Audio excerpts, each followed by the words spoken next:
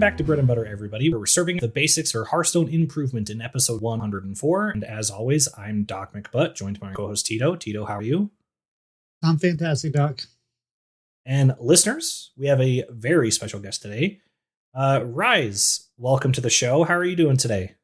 Hey, I'm doing very good. Thank you so much. So, Rise, what have you been doing inside Hearthstone?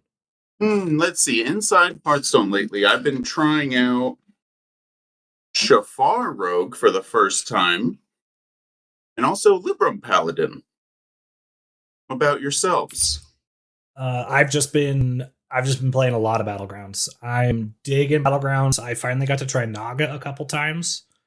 I think there's a weird interaction with how one Naga operates that it's happened twice now. The two times I've gone Naga, but it locked my game up, and I have to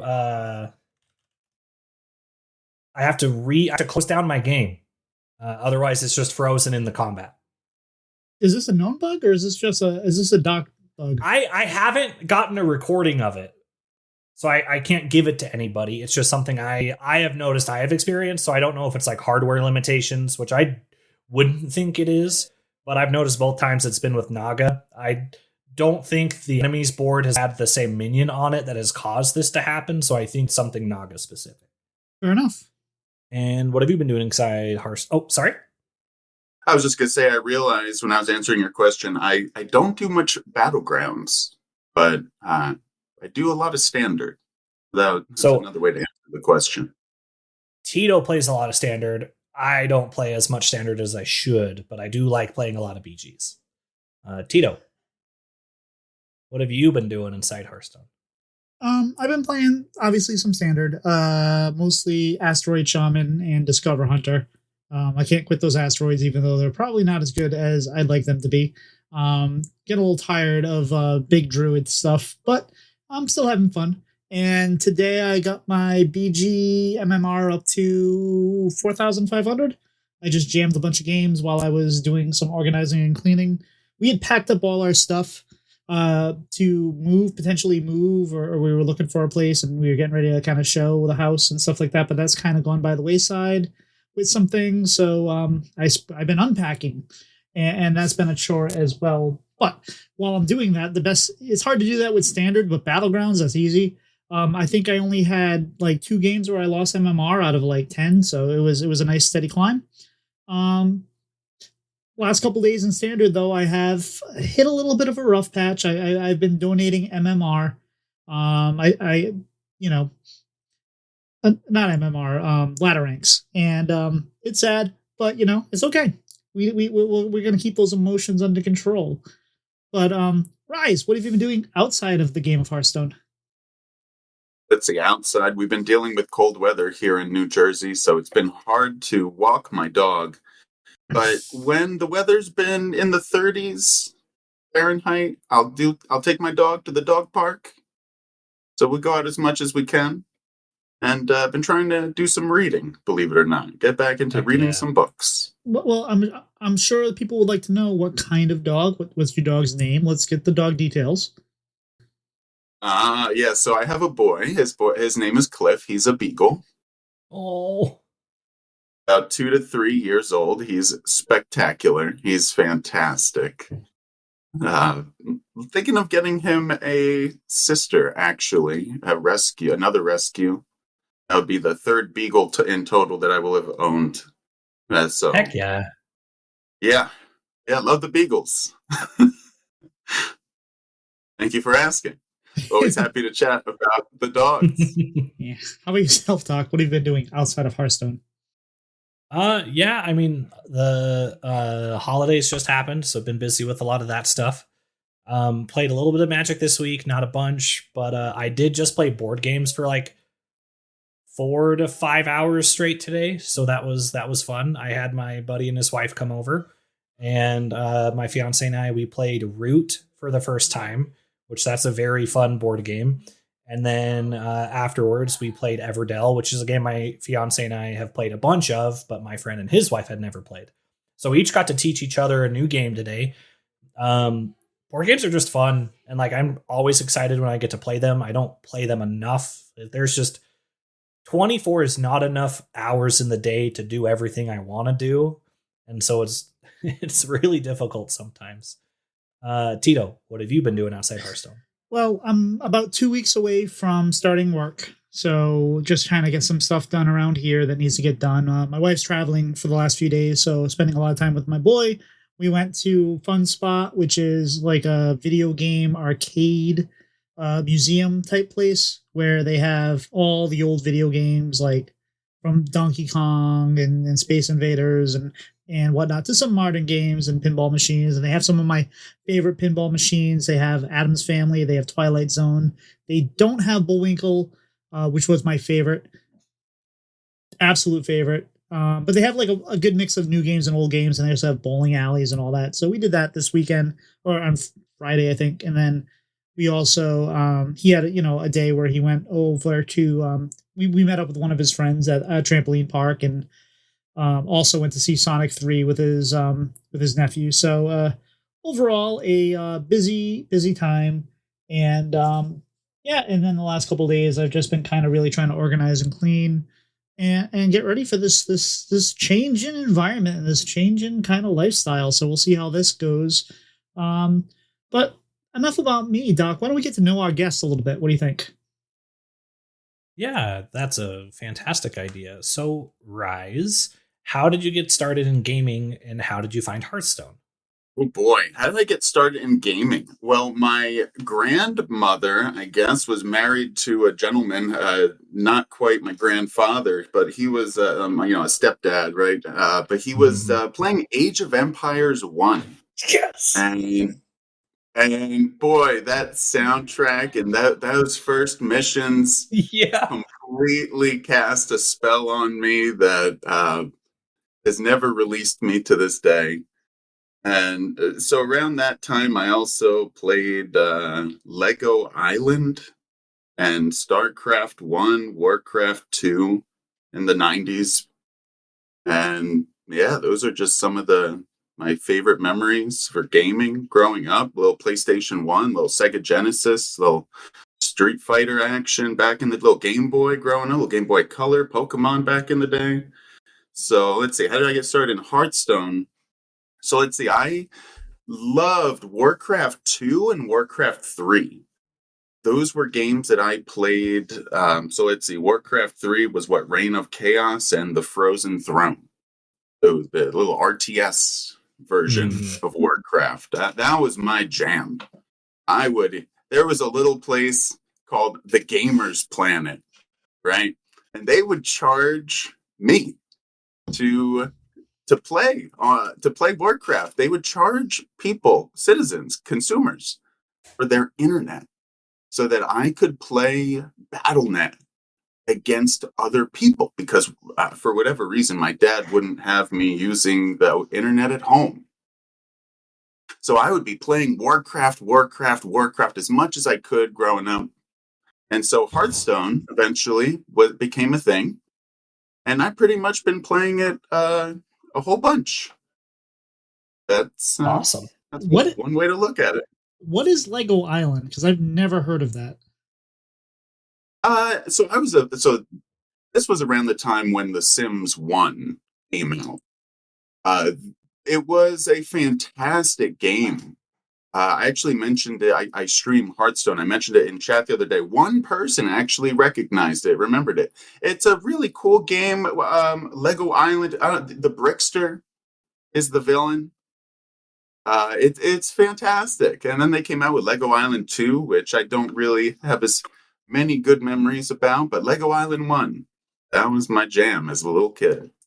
So do you play Age of Empires 2 at all still?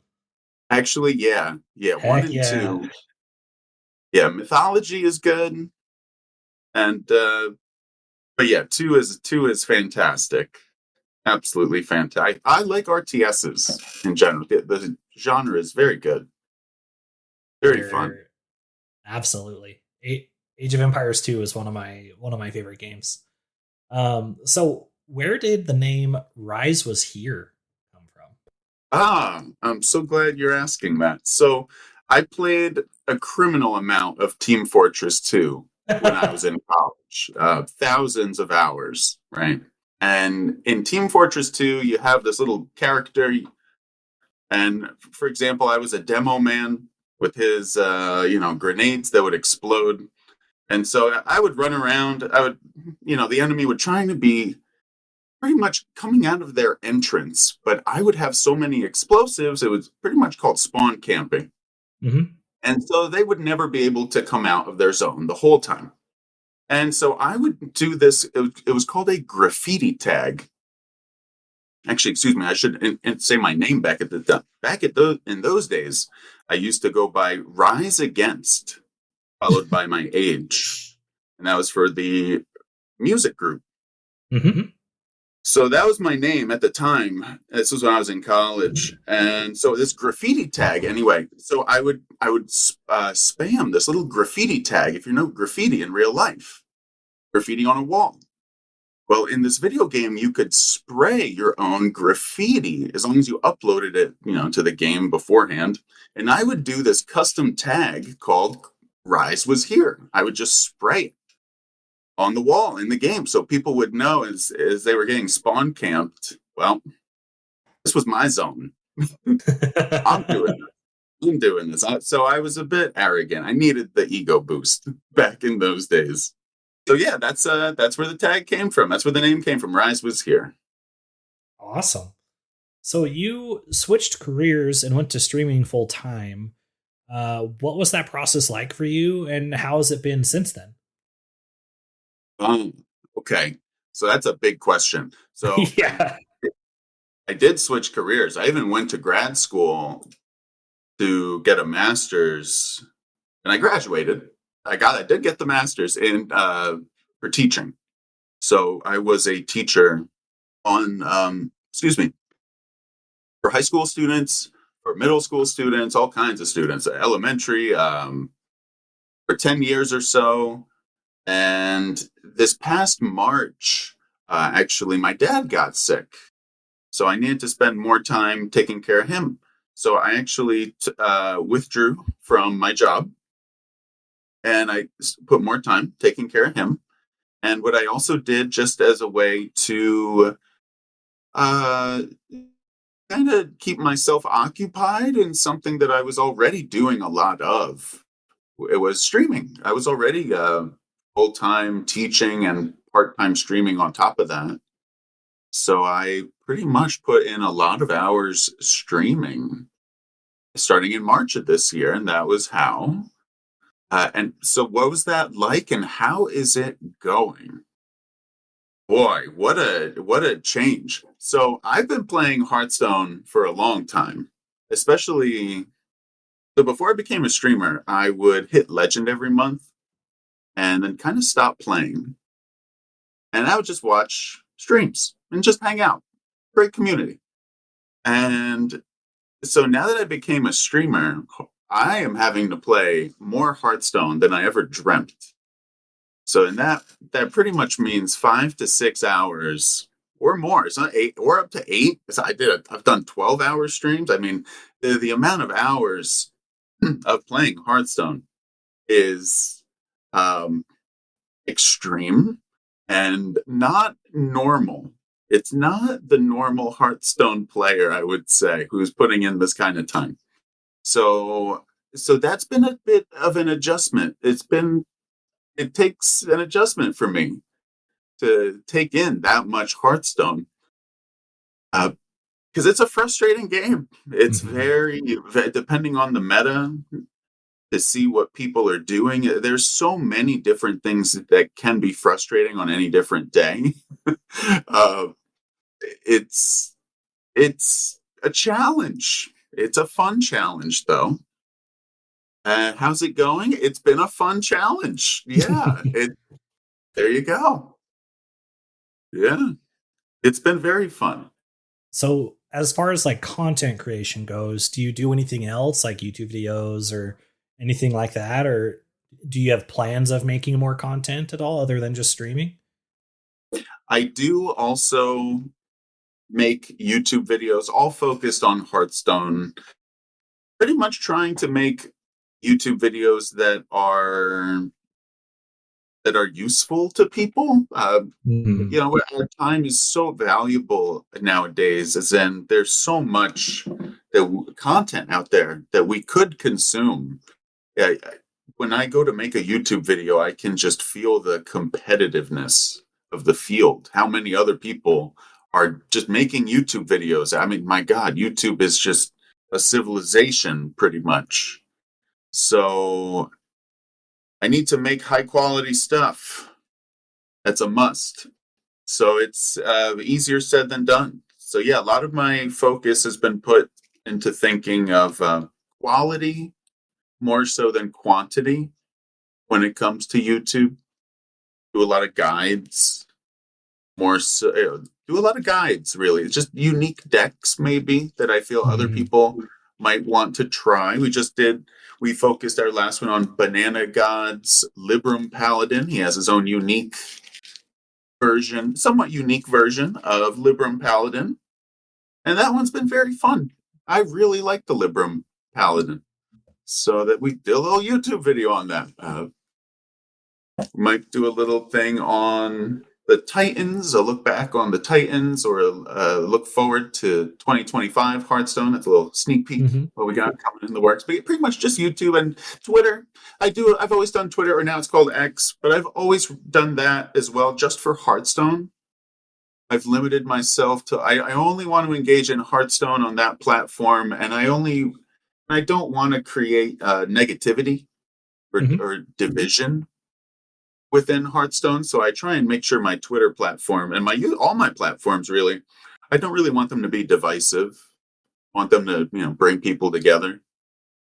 So kind of what I try and stand for on my platforms.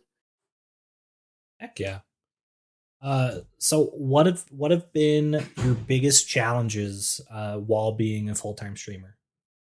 Oh boy, there's so many things that can be frustrating at times. Sometimes it's people in chat and they have their own unique personalities that they bring with them into not just my chat, but everyone else's chat. I see these same people acting the same way in other people's chat rooms. So I've learned not to take it personally when they act that way. So just dealing with people. I've been a teacher for 10 plus years, and still just dealing with people day after day. People never get old. I mean, they constantly throw stuff in my direction that I never would have guessed. Uh, and all I can do sometimes is sit back and watch and enjoy. So, very few times have I had to ban people, like maybe 3 or 4 times all year. So and that doesn't count the bots, because bots Yeah. are kind of an auto ban, but just people deserving it, I would say. Like really, really stepping over a line in the land of no return. Only 3 to 4. So really, overall, a very pleasant experience. But the biggest challenges definitely have been just people, and because there are times where I want to tell people to shut the heck up, and maybe not in some unkind language. But I also that I don't want to be that reactive. That's not that's not the person I want to portray myself as being on stream. I don't want people to get my proverbial goat. I want them to get my Mhm. goat. It's very important to me to stay in that shell, have that shell intact. So not letting them in to get my goat Yeah. is a good challenge. So what has been the the best parts about full time streaming? Oh boy, that's a great answer, a great question. So the first thing that comes to mind is spending time with my beagles. I actually, unfortunately, happened to lose one 6 months ago. So actually, this whole time I've been able to spend time, with her and with my boy Cliff.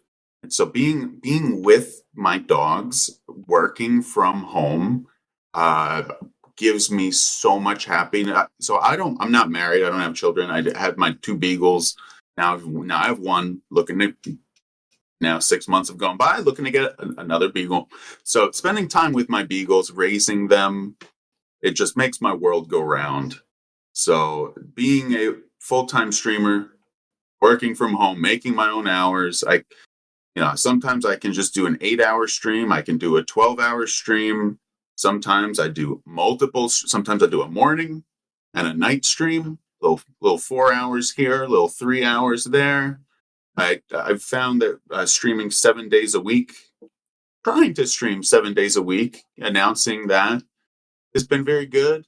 And then just randomly, I'll take a day off.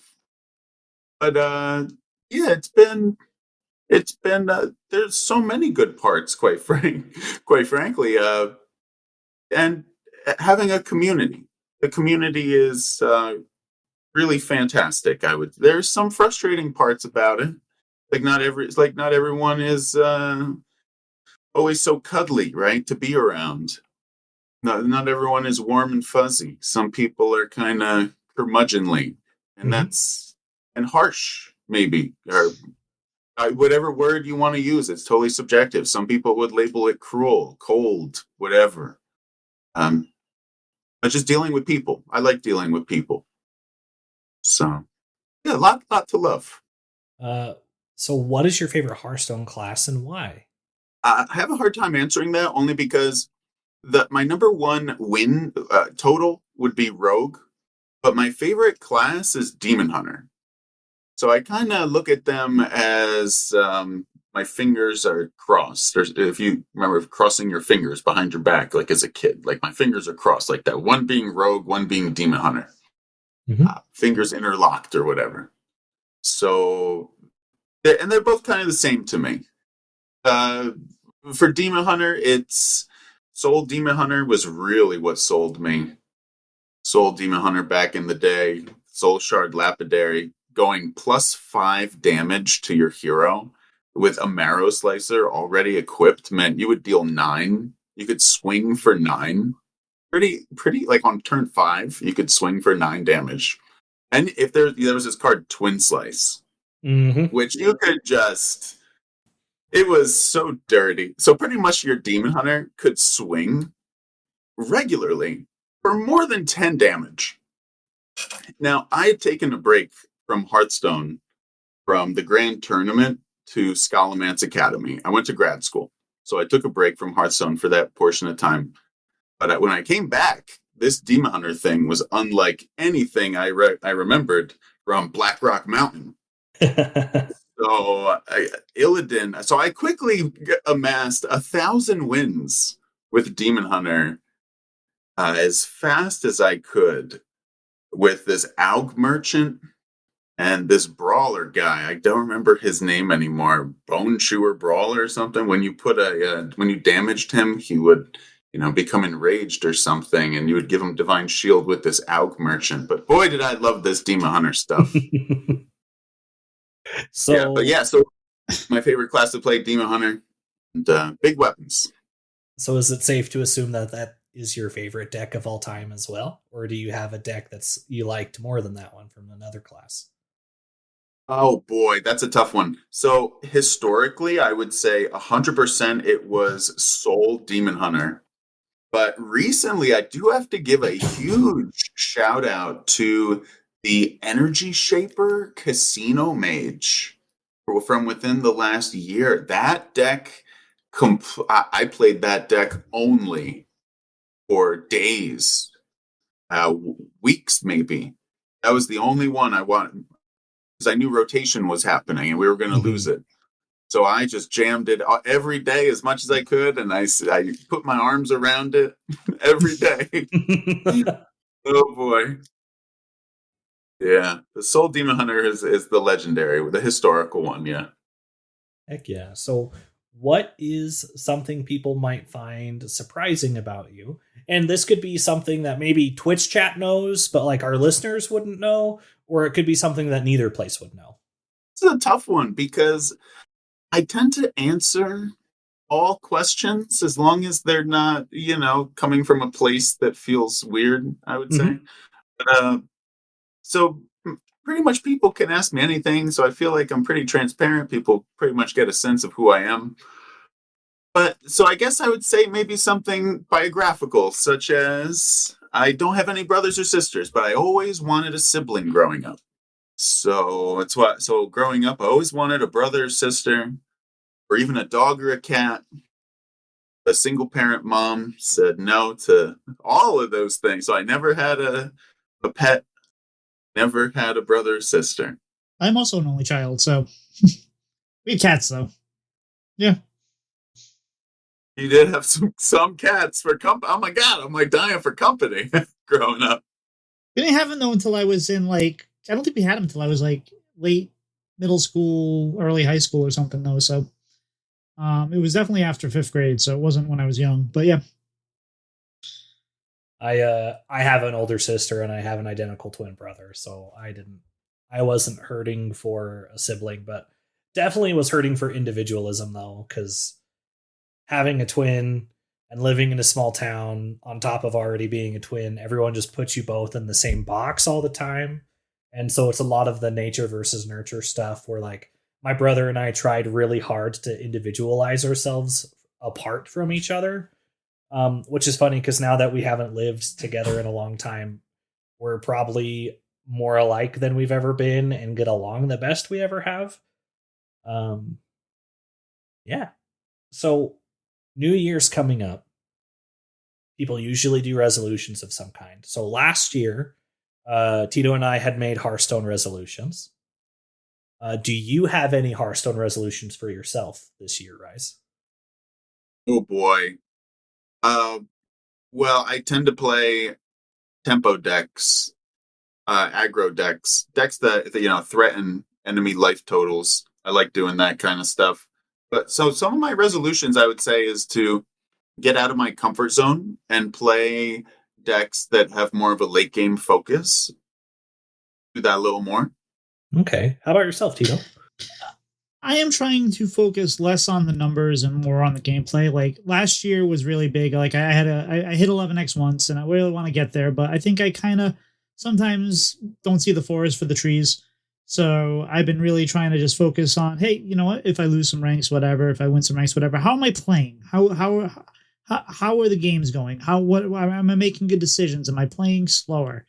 Because sometimes you're going to lose. Like you're going to you're going to be playing your deck and you'll queue into Cycle Rogue, and Cycle Rogue is what beats you, and you'll see a bunch of it, and then you get stubborn and you don't switch decks or whatever like that. Like all that stuff is normal, but I'm trying to be less focused on if my numbers dropping or gaining, and just try to generally trend in a better direction. And yeah, how about yourself, Doc?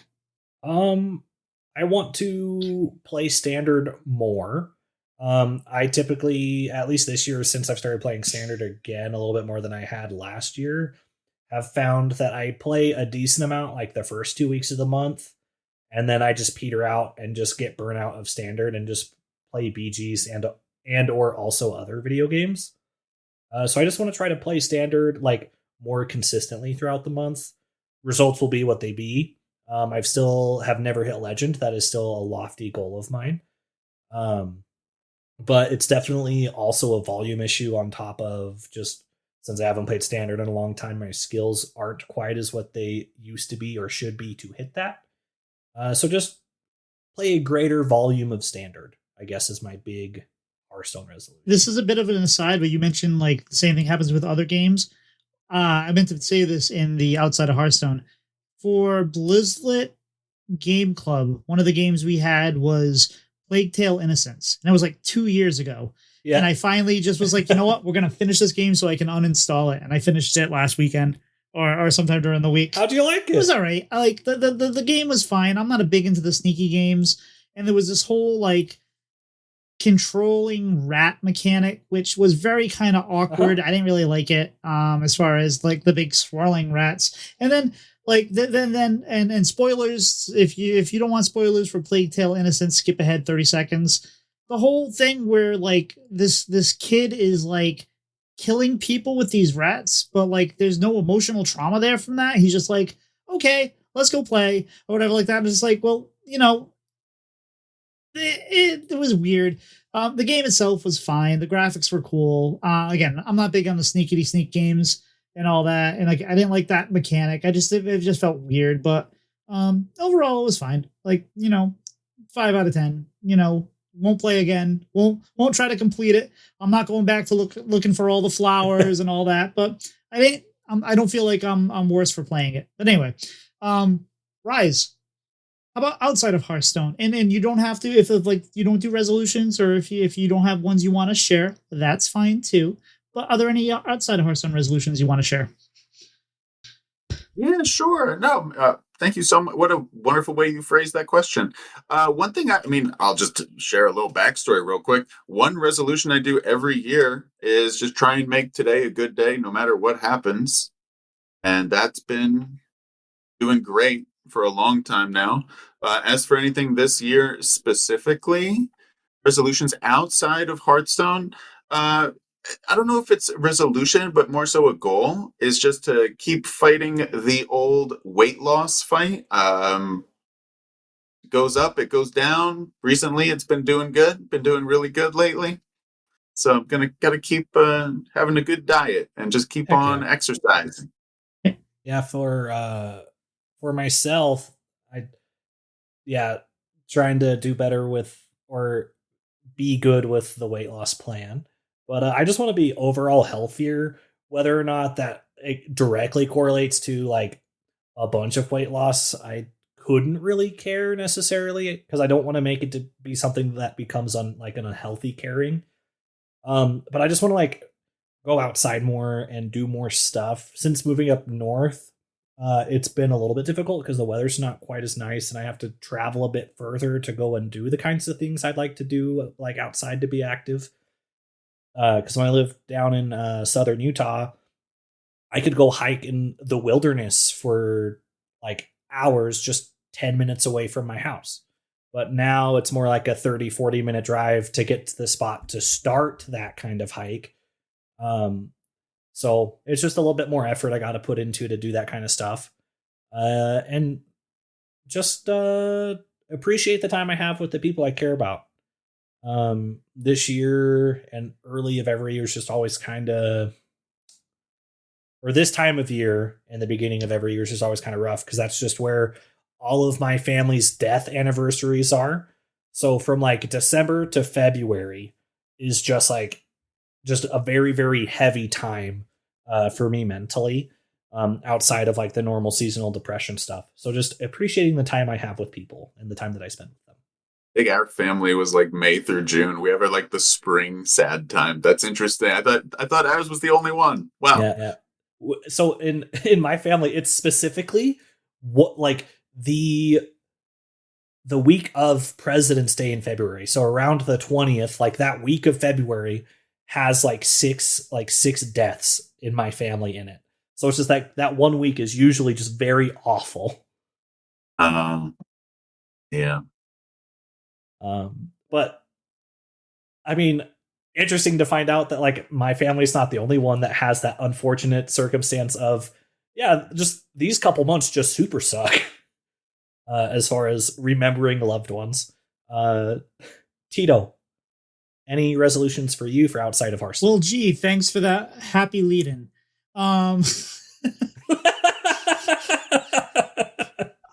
Similar to Hearthstone, I'm gonna have kind of like, and I'm also in the weight loss kind of getting in shape category, but I'm focusing less on the numbers and more about flexibility and just kind of being a little more active. And I've been a little less active because it's cold out, less walking the dogs and all that, rainy, wet. And with my new transition to working, I'm hoping to get into a routine where I'm working on some flexibility. My shoulders need some stretching and all that, and core needs some work. And I'm just gonna. The worst part about getting in shape is starting again, and then getting through that first like month of getting your body back into getting through that shock of, hey, we're doing stuff. You get used to it, and then when you drop off and you get started all over, that's the worst part. So I'm just hoping to try to get into something, get consistent. And it doesn't have to be much, just has to be something, and build up from there. And aside from that, I wasn't unemployed for half a year. It wasn't fun. So hopefully, I want to really kind of crush the new job and work on some financial stuff to get back in a better place and be happy again. Whereas, because I was crushing my financial goals in like April and then into May, and I was like, hey, things are looking. I see the light at the end of that tunnel, and then, oh, by the way, you're not working anymore. Kind of crushed that tunnel. So I'm looking forward to moving in the right direction on just about everything, and just stay positive and happy. But speaking of staying positive and happy, our main topic today is emotions in gaming, and that's why we have Rise here. Well, we have Rise here, and then we figured that the topic would be a great topic. So one of the pillars of your streaming has been a real focus on positivity and keeping yourself from getting too emotional. And we've kind of seen a little bit of that, heard a little bit of that while we've been interviewing you. Where did this motivation come from? Oh boy. Well, I'll give you just a quick background. Is my approach to bullies as a kid in middle school was to never let them see that their insults were getting to me. So just to really keep a strong stone skin or strong face, strong exterior. So that's a little background. Fast forward to modern day where I have to teach in a classroom setting. Well, kids, not just these days, because even kids when I was growing up, kids in general love to push boundaries. Even adults like to push boundaries. And you can't just Homer Simpson, choke Bart, if you remember that little cartoon image. You can't do that. And if you do, you're not going to be a teacher for long. So I would like to keep my job, my career. Thank you very much. So I've had to find ways to, not get emotional. So a lot of my teaching has actually been for students with autism.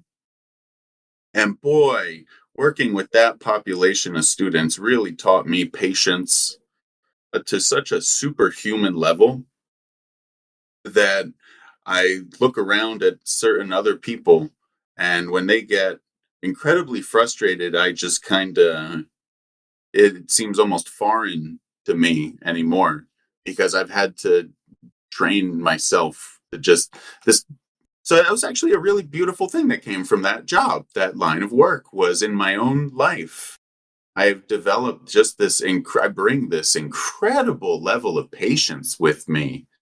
And so where did this motivation come from? So yeah, I would say a mixture of those two. Just growing up, trying to fight bullies in my own kind of stoic way, and just developing this tremendous teaching background where it's really helped solidify just how I hold myself. Because if I let myself go, if I let myself, I don't want to use the word go crazy, but I think we all know what that means. Then I'm not going to be able to do my job. I'm going to kind of look like a loon, like I don't have all my stuff together.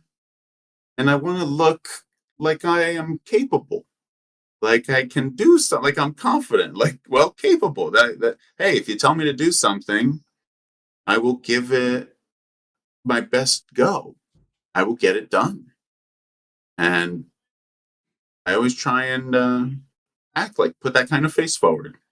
Fair enough. And special education is a high burnout job. That is a tough thing to do for anybody. So the fact that you're able to kind of find some positivity out of that and channel that into gaming of all things is kind of interesting. You've always been a good Hearthstone player. I mean, like even before you started streaming a lot. I mean, I know you were streaming a little bit and you were a good Hearthstone player, but over the time, and I mean, obviously, if you're going to keep playing something, you're going to get better at it. But you've been getting better and better, and you tend to finish top 1,000 ish on all three servers, I think.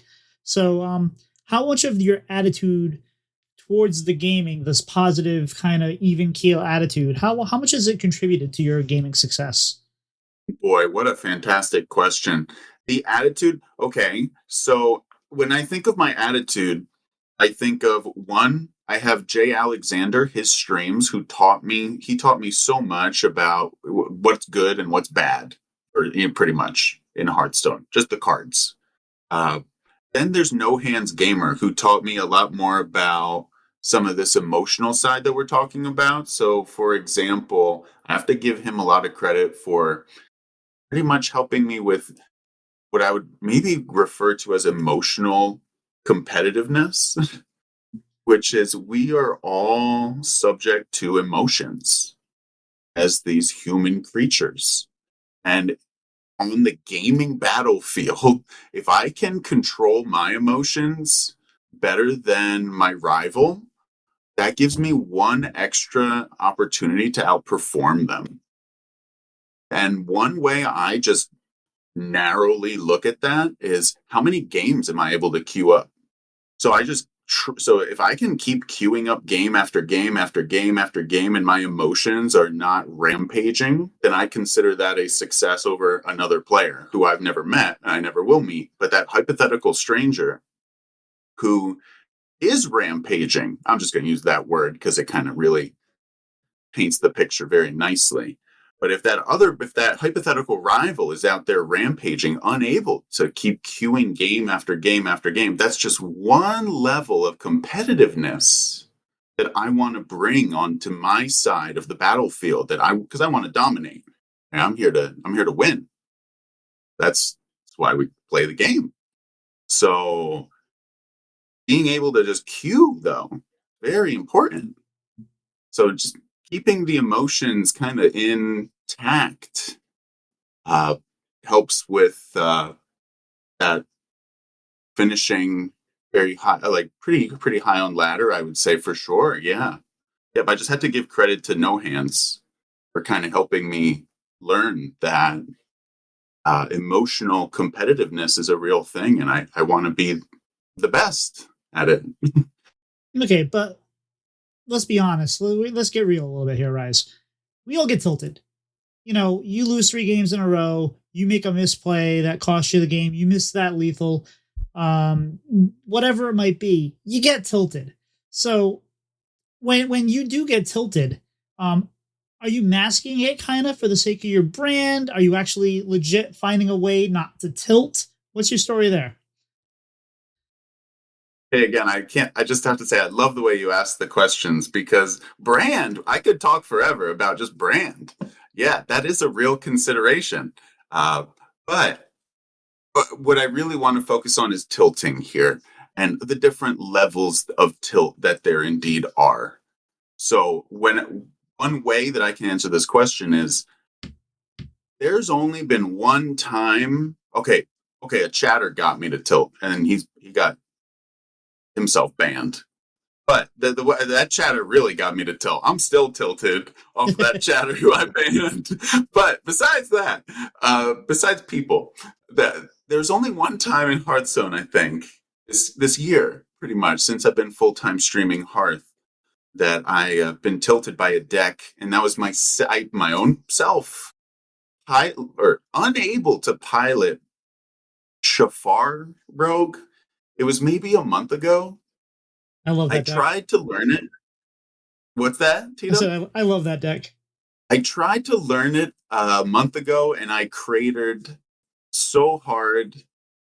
And I got, for whatever reason, into such a terrible place emotionally. It just kept getting worse and worse and worse. I, that eventually I just had to end stream. I had to do it. I had to do it. I couldn't get myself out anymore. I knew it was getting bad, and I didn't want to be, put on that kind of attitude in front of stream. But even after stream ended, I was still haunted by this terrible Shafar experience. Uh, so let me go back to the question there. Though, yeah, the different levels of tilt. So that's the extreme level of tilt, but now thankfully that's only happened to me once. For other people, it just happens more often. Now there are small levels of tilt which are more serious, I would say, and those are like you very well said. Missing a lethal, for example, there are different. So certain mistakes hurt worse, I would say. For me personally, missing a lethal, having the game won, and finding a way to lose that game is another one that really gets to me. They're pretty much mistakes that keep you up at night. Like, oh man, if only I had done that one thing differently. Uh, so those are the mistakes that are they're a bit tilting. As in, we may find ourselves thinking back on these small nightmares even in the games to come. An hour later, we're still thinking back on that, and it's still coming back, floating back. So this actually, just brings me to mind here something very useful. Again, I think it's really No Hands that I give so much credit for helping me learn this. Is if I make a terrible mistake in a match, and it's so likely to be haunting me and plaguing me later in that very same match. It's incredibly important for me to somehow try and turn the page emotionally, to try and put up a wall and say, hey, that happened on turn 3. It's done. There's nothing I can do about it now. It's really terrorizing my brain, but I need to get it out of my brain. So, hey, it happened. Now I'm at turn 5. Let me try and just focus on turn 5 as best I can. We're here now. So that's an element of dealing with tilt in the moment. A minor moment that has. So that I would say that it's best remedied with mindfulness, I would say. So for example, when I'm getting angry, if I ultimately if I get to this level, I might start saying, boy, I'm feeling frustrated by that missed lethal. That was a very frustrating mistake. I mean, we had the game, completely blew it.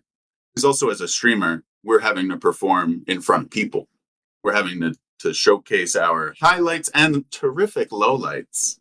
I think a big reason chat likes to watch is for those lowlights. They are so entertaining.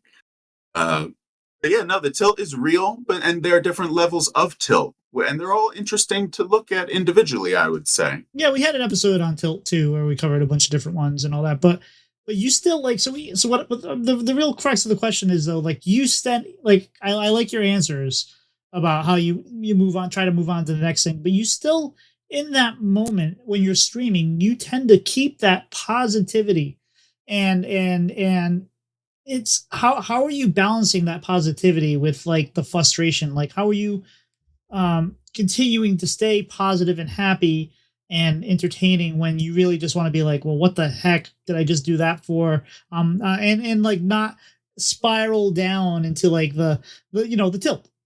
I think it's probably because I live in such a dark comedy kind of world that for me, just expecting the worst case scenario in Hearthstone is has become the norm for me.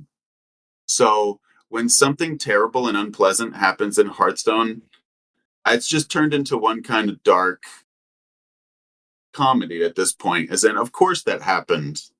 Of course that 1% chance of pain and misery is just descended upon me. Because that's what we sign up for when we play Hearthstone. It's just, unfortunately, the game of again, this is a dark comedy, right? Hearthstone is incredibly frustrating. I don't even know how to phrase it, how incredibly frustrating it can be. And here I am having to play it 5+ hours a day. So it's a practice, I would say. It's something that we all could benefit from working on, is things that frustrate us. How can we develop habits even that will allow us to break free? For example, one thing I like to do is joke. I love joking. So I have to be a little careful that my jokes on stream don't cross any lines. Because again, I don't mind dark humor, but I also want to appeal to a wide age range, both for teenagers and 60-year-olds. So my humor can't be too shocking. But humor, being a little bit of sarcasm, I would say, goes a long way for me. So saying things like, thanks a lot, Hearthstone, for delivering this onto my plate today. Can't wait for, you know, warm bowl of all this kind of RNG today. It's trying to find a way to not let it hurt so much.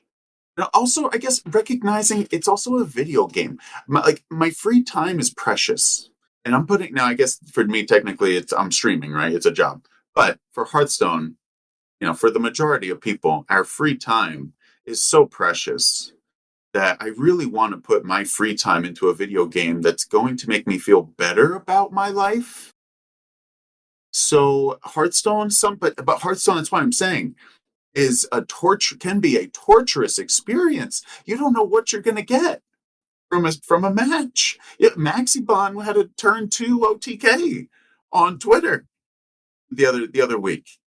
So I mean, but it's a wonderful practice of how do we deal with these terrible swings that happen to us in a match. You think the match is won, and all of a sudden the enemy pulls something out of their wahoo, and all of a sudden you're left in misery, and you can just visualize your opponent on the other side, double fists in the air.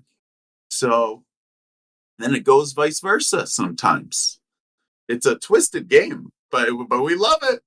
Mm-hmm. Yeah, Pilot and I had a game like this the other day. We were playing against Chewy and Lindsay in THL, and it was Hunter versus Burn Shaman, and we made an aggressive board early, and it was the right play. It's one of those things where it's like we made the right play, and they played to their outs, and they dug for things in their deck, and then they got this, and then they got that, and then they got the Crash of Thunder, and then it was like, well, we just still did the right play. So it is frustrating like that too. But you touched on this a little earlier about how your experiences as a special education teacher kind of help teach you to kind of keep an even keel, be patient, and you kind of apply that to how you deal with Hearthstone and Tilt and all that. But do you really, since you're practicing this every day as a Hearthstone streamer, are you finding that this kind of emotional even keel is kind of leaking into your everyday life and making positive changes there, or vice versa? Is it simpatico? Is it like yin yang, or is it kind of like, hey, once I'm done with Hearthstone, that's gone, and I kind of live separately, differently when I'm done not doing that? It's kind of, I think, from the way I'm interpreting your question, I think it's actually the opposite. As in, my outside world is far more likely to impact my Hearthstone realm. So, for example, my mood, whatever my mood is out in my regular day-to-day life, if my mood is fantastic, at the best it could possibly be, then Hearthstone is not going to get me down at all. If my mood, though, is more one of loneliness, for example, one of a more negative emotion, then Hearthstone has a much higher chance of making me complain, perhaps, about Swarm Shaman and Dungar Druid. Why am I always having to see these decks on ladder? So I think my mood outside of Hearthstone actually colors my opinion more so when I'm in the game. That would be my take. Fair enough. Do you have any final thoughts on emotions in Hearthstone before we wrap this show up? I do, actually. There was one I forgot to mention about how I keep myself calm. There's a lot of work, I would say, that I've done behind the scenes, such as am I going to be able to remember it here? Yeah, so okay, that's it. So turning a loss into a win, for example. So you can't always win the game, even if you play perfectly. And that's very helpful. That's very freeing knowledge, I find. Now let me focus a little bit more on that. What I'm saying is, even if I play perfectly, I could still lose the game. Knowing that means if I focus on my play, then the result is secondary. Almost, yeah, the result matters, right? Because we do want to win. But the result will naturally follow if your play is always perfect. So even in a loss, I always ask, am I happy with how I played? And even when I do coaching, I'm constantly asking these players, are you happy with how you played recently? Are you happy with how you played? Because I find that just focusing on that, it takes the power, it takes the sting away from bad luck, from those terrible turns of bad luck that get inflicted upon us. So that's some of the background work that has helped. Like, that's why I was saying again, putting things in their proper perspective, just having general appreciation for life, that we have, hopefully, as many working senses as possible, as many working limbs as possible, that we are able, that we have agency. Remember that word in Hearthstone, but that we can just do things in life, right? So that hopefully Mm-hmm. we can bring that appreciation, right? That underlying appreciation for life into this video game. Because also another idea, one final thought here is I don't want a video game to have this power over me, that it will make me this uglier version of myself for hours, and then when other people are around me and they're gonna feel some kind of way that, oh, there's Rise who's off tilted in Hearthstone land. Do I really want to be around his putrid self right now? So that's just, there's a final thought. Well, one interesting thing too is I remember when I first found you as a streamer, before we actually were on Hyper Horizon together for a while, and I remember that I made a comment to you. I was like, I don't know what it was. I was like, wow, Rise, you're swearing quite a bit today. And you're like, yeah, I am. And then you realize like I swear quite a lot. And then I think since that day, I don't think I've heard you swear since. Just being aware, right? Just being aware of something is, without being aware, we can never work on it if it's something we want to work on. So just like with that cursing and how I want to be portrayed by other people, do I want to be taken, one way or not? How do I want people to perceive me? That is something that I am mindful of, right? That I'm thoughtful of. I try and be the best version of myself possible. Now, not to say that cursing is wrong or anything, because everyone has a different avenue. There's a different avenue for everyone. And there are definitely times where I will curse. But yeah, Tito, but I do appreciate you making that comment because, well, I'm from Jersey. There are times where we can curse like a sailor. It's kind of like a second skin. You slip into it. It's very natural. So, but being professional is also a valuable skill as well. And I've taken streaming to be more of the professional. I try to be more of the professional type. Yeah, thank you for your steering.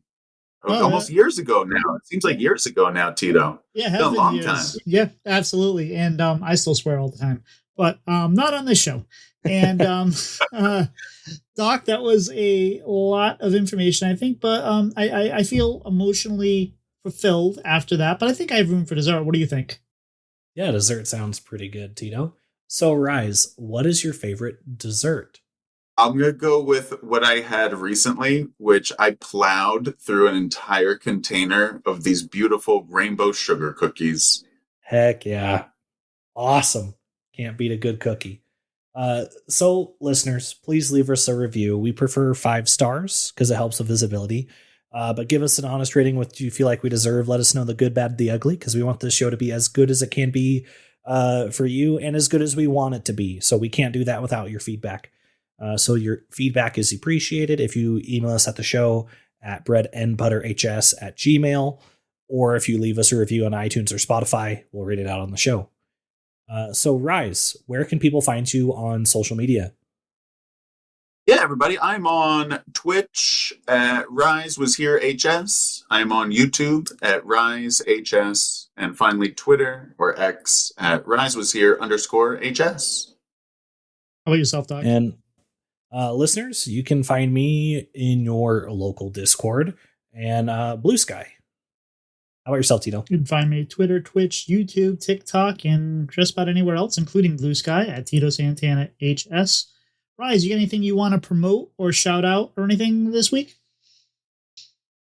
Well, I just want to give a shout out to Mew Drops, a former streamer that was the first place that I ever met Tito. It was in her stream, her chat. So big shout out to her. And I just want to say thank you to everyone listening here. If you're a part of the Hearthstone community, thank you for being a part of it, keeping it alive. The great community. So thank you. How about yourself, Doc? Yeah, first and foremost, Rise, thank you for coming on. It's been a pleasure getting to talk to you and getting to know you a little bit. So thank you. It's been awesome to hear your insight on being in control or knowing how to use your emotions. So thank you.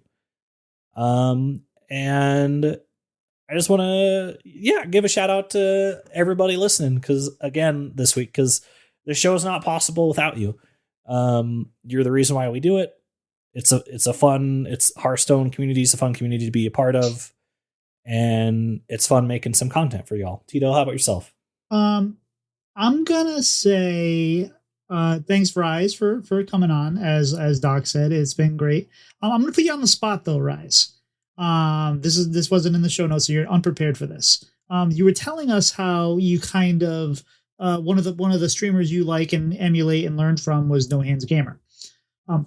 We're planning on having him on the show next week. Obviously, things could always go, but he's our planned guest for next week. So, what is a question that you would like us to ask No Hands Gamer?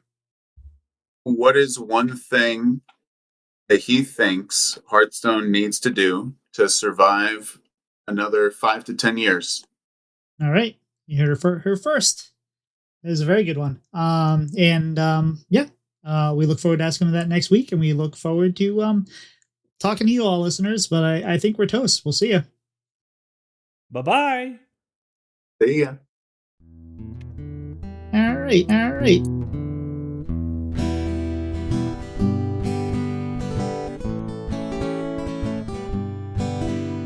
Slide two brothers meet one another when they slide up to the mic.